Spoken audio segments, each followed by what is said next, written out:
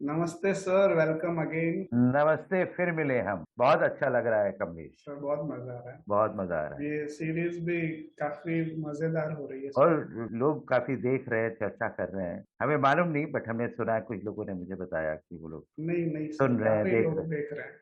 तो सर मैं एक प्रश्न था दिमाग जी। में जी। कि जो डॉक्टर बैच है, जिन्होंने ये बैच फ्लावर्स का इन्वेंशन किया, तो उनका जो ध्येय था, इंटेंशन था कि वो एक बहुत सिंपल फॉर्मेट या फॉर्म ऑफ मेडिसिन डेवलप करे जिसमें होम्योपैथी या एलोपैथी जितना कॉम्प्लिकेशन नहीं हो, कोई साइड इफेक्ट भी नहीं हो जैसे होम्योपैथी में होता है। तो उस इंटेंशन से उन्होंने पता नहीं कोइंसिडेंटली या कुछ दैविक शक्ति के द्वारा उनसे ये बैच फ्लावर इन्वेंट हुआ है। तो सर उनका जो इंटेंशन था कि आम लोग बड़ी सिंपल तरीके से खुद को हील कर सके, सेल्फ हीलिंग। तो वैसा तो कुछ होते हुए नजर नहीं आ रहा है। बैच फ्लावर्स तो आज किसी और ही दिशा में जा रहा है। तो सर आप क्या सोचते हैं इसके बारे में? आप पहले ये बताइए, कौन सी दिशा में जा रहा है? सर सेल्फ हीलिंग तो हो नहीं रहा है, बड़ा प्रोफेशनल भी हो रहा है। और अ, मुझे तो नो हीलिंग भी हो रहा है। नो हीलिंग भी हो रहा है, कुछ कुछ दिशा नहीं है सर। हाँ। हर हर चीज का जब प्रवर्तन होता है, जब एवोल्यूशन होता है, तो थोड़ा केओस होता है ना। केओस में ही तो ऑर्डर है। जी। लेकिन ये बोल के मैं आपके क्वेश्चन को हटाना नहीं चाहूंगा। ये एक बहुत ही अहम सवाल आपने पूछा है कि जब डॉक्टर बैच ने इन रेमेडीज का आविष्कार किया, डिस्कवरी किया, जी सर। इसको नाम दिया गया कॉम्प्लीमेंट्री ऑल्टरनेटिव मेडिसिन या सपोर्टिव मेडिसिन। जी सर। ये कभी प्राइम मोडालिटी ऑफ हीलिंग माना नहीं गया था। हाँ हाँ जी सर। आज भी लोग नहीं मानते। हाँ, इसको होम्योपैथी का पार्ट ही मानते हैं। होम्योपैथी का पार्ट पाते हैं। होम्योपैथिक डॉक्टर जब कुछ हल नहीं कर पाते होम्योपैथी से, तब ले भैया, मतलब कोई मानसिक स्तर में कुछ हो रहा है, ले जाओ। हाँ हाँ, तो ऐसे हाँ, वो बहुत लोग सपोर्टिव यूज करते हैं उसका। सपोर्टिव यूज करते हैं, ऐसे साइकोथेरेपिस्ट भी यूज करते हैं, ऐसे रेकी हीलर्स भी यूज करते हैं, एक्यूपंक्चर एक्यूप्रेशर वाले भी। तो इसमें कोई गलती नहीं है।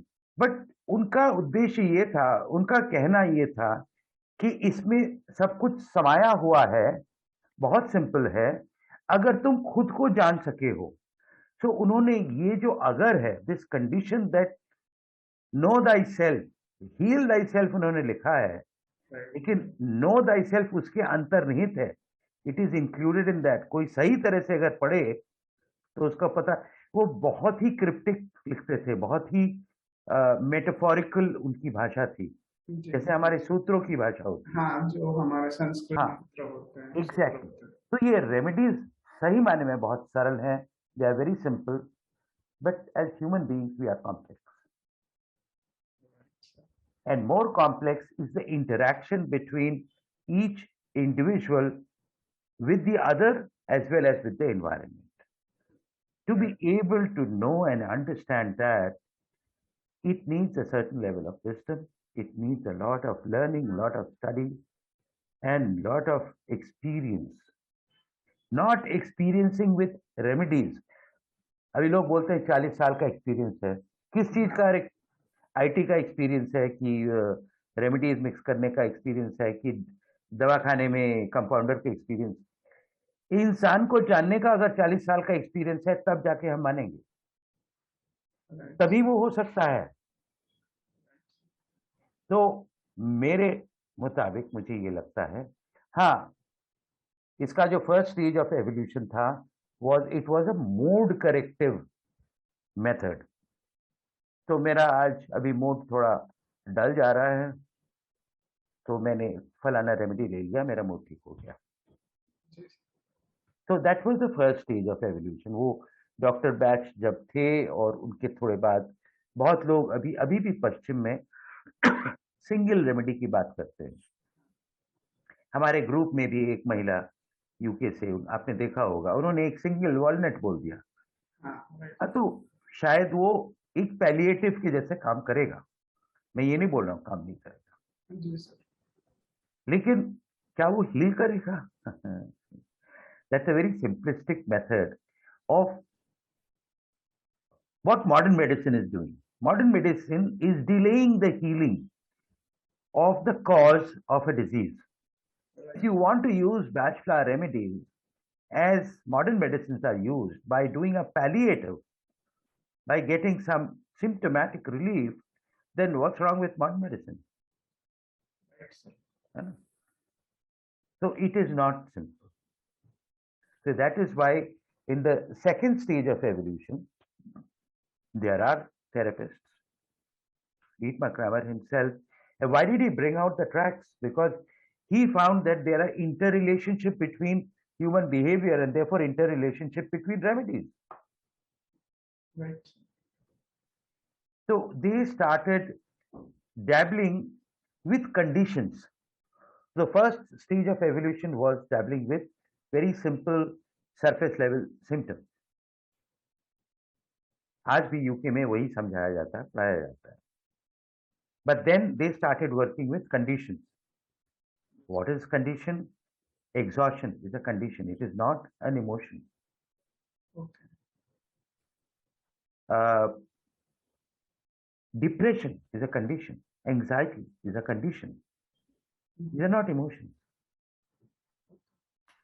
Sleeplessness is a condition. It's not an emotion.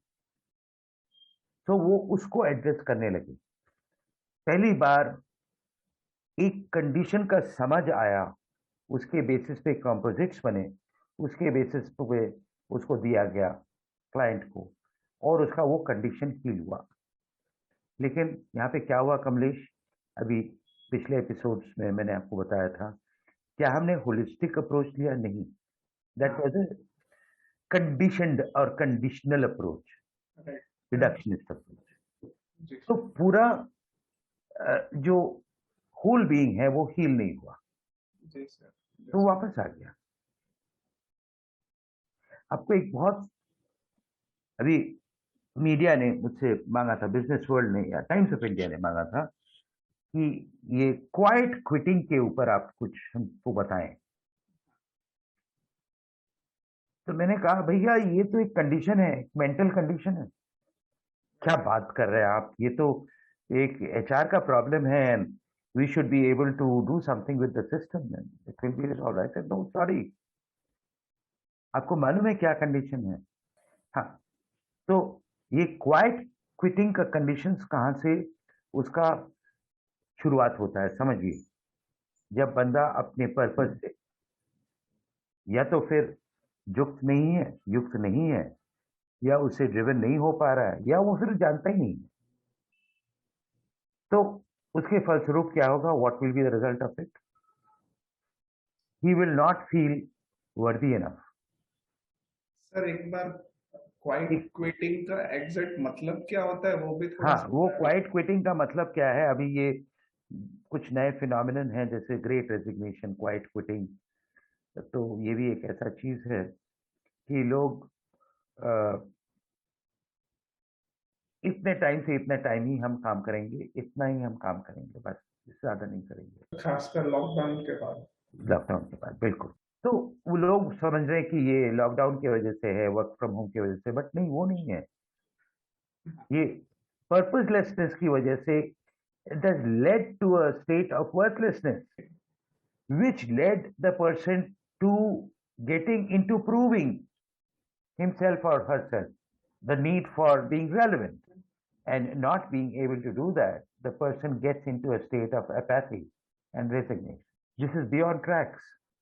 अब ये कंडीशन समझने के लिए वो दृष्टिकोण की जरूरत है जहां पे हम इंसान के जो इनर डायनेमिक्स, जो हम बोलते हैं इंट्रापर्सनल डायनेमिक्स और इंट्रापर्सनल प्रोसेस, को समझना बहुत जरूरी है.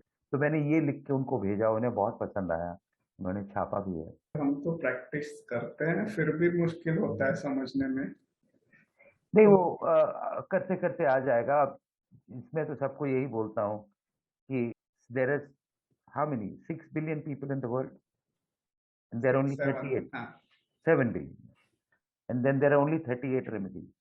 हाँ अगर हो सके तो ऐसा कोई उपाय सीख लो जिससे आप 7 बिलियन लोगों को तो एक लाइफ टाइम में हम समझ नहीं पाएंगे, नहीं because each one is unique. Right लेकिन हम उस उपाय को तो जान सकते हैं जिससे हम कोई भी इंसान, any individual comes in front of us, we will be able to fathom the being and the becoming and what has caused the separation and try to bring that together through therapy. Very simple. तो जो आपने तरीके सीखे हैं वो उन्हीं चीज के तरीके हैं। आपका जो 4 लेयर मेथड ऑफ डायग्नोसिस उसी का है, उसी के लिए है। जी आपके जो 5 Y method of inquiry and probing उसी के लिए है।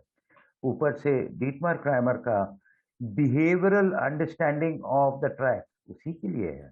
हम तो 2 या 3 वाई में ही सामने वाला क्लाइंट बोल देता है पता नहीं तो अटक जाते हैं हाँ, तो वो आप करते करते सीखेंगे, तरीके हैं बहुत। ये एक जगह आएगा जब आप देखेंगे इट बिकम्स आर्टिस्ट्री। ये जितना आप प्रैक्टिस करेंगे उतना खिलेगा। इसका मूल मंत्र यही है कि आपने जितना सीख लिया है क्लास में काफी है, बाकी प्रैक्टिस से आप बहुत सीखेंगे और हर एक क्लाइंट आपको कुछ सिखा के जाएगा, उसको इंटीग्रेट करते रहिए बस।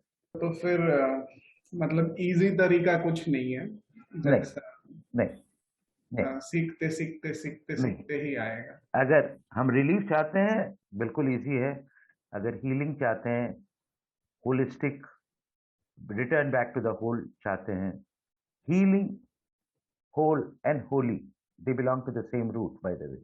If I want to become a holy being, the being that was, the true being is holy.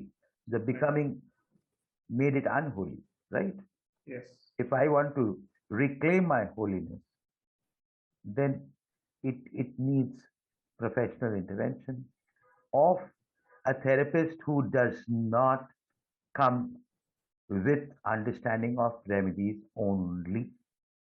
Then he's a remedy-centric therapist.